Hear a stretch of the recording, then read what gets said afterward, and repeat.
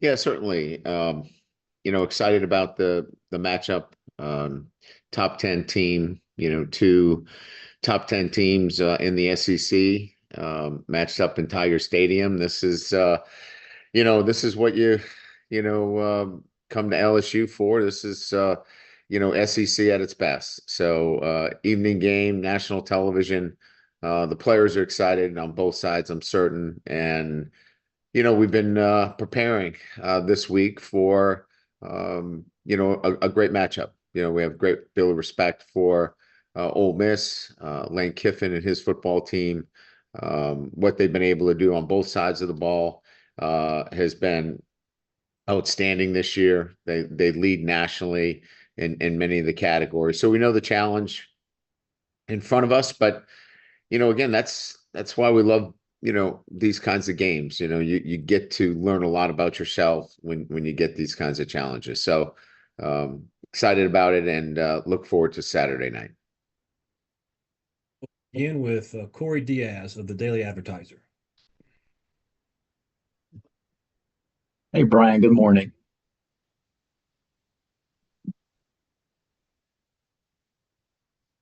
Hey, Brian, you got me? I got you now, Corey. Okay, great. Sorry about that. I know they're not obviously cookie cutters, same type of player, but I'm wondering if you do might see some similarities in Garrett's game and Jackson Dart's game. Well, certainly, both these players, are incredible competitors. When you start to separate the really the elite players across the country, their game rises when it's called upon. They play their best when their best is needed, I guess is what I'm saying. And both of these players, regardless of arm strength or 40 time, um, both of them are born to be quarterbacks. They have skill sets that allow them to run the offense that they're directing. But I think clearly the trait that they both bring, uh, incredible competitors, and that's why both these teams have a chance from an offensive perspective of being in every game because they have these quarterbacks running their offense.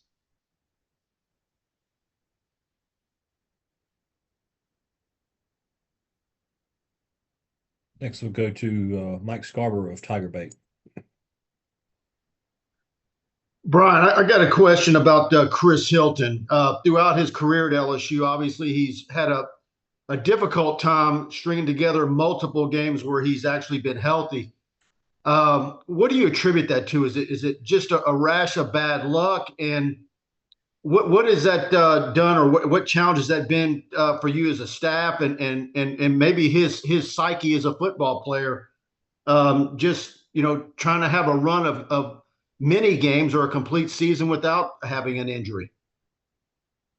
Well, it really hasn't affected us much until this season. Clearly last year he was a rotational player for us because of, Brian Thomas had secured that, you know, um, vertical threat, if you will, with Malik and Kyron Lacey. And then year one, he had some of the injuries and really wasn't in the rotation. And I didn't know the guys well enough to spend much time being concerned about it.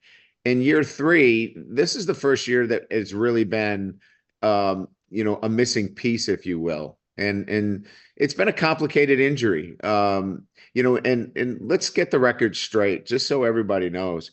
Chris has done everything to get back as quickly as possible. This has been an injury that we've done scans and we've done MRIs, and the healing has just been slow.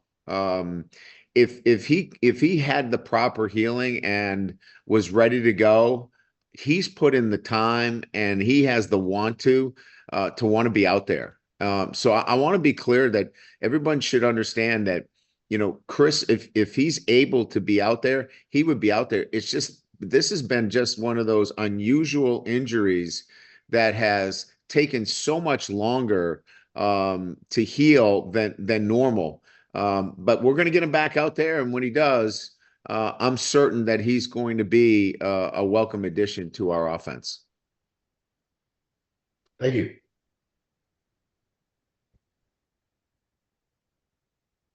Next, we'll go to Steve Moulton, WZZN. Coach, hope you're doing well today. Thanks, Steve. Appreciate it.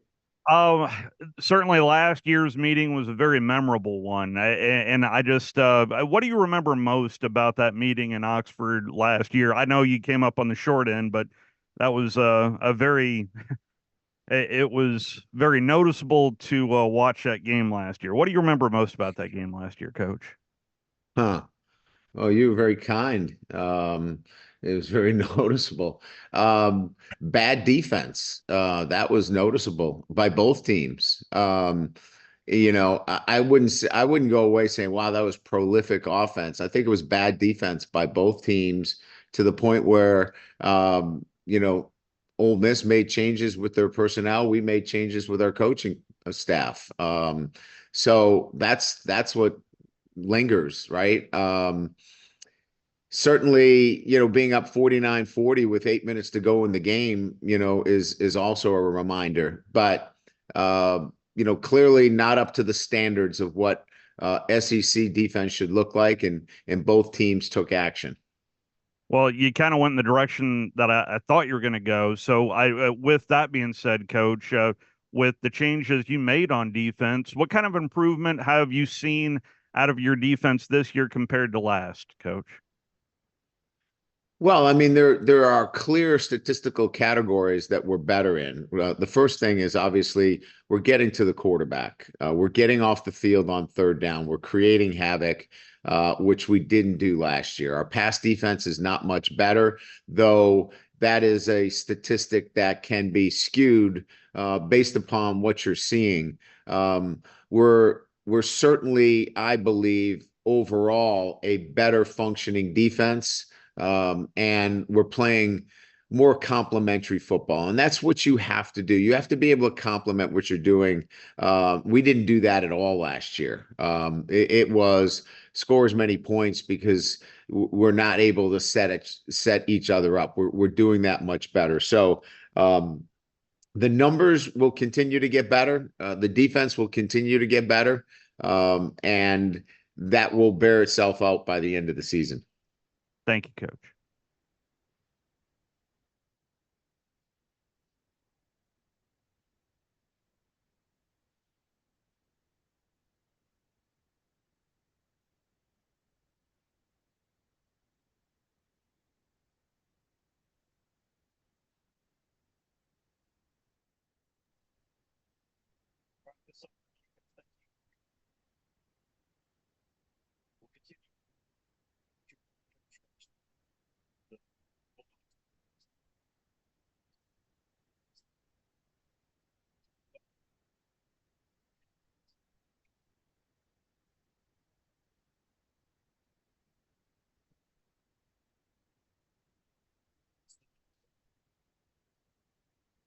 Can't hear it.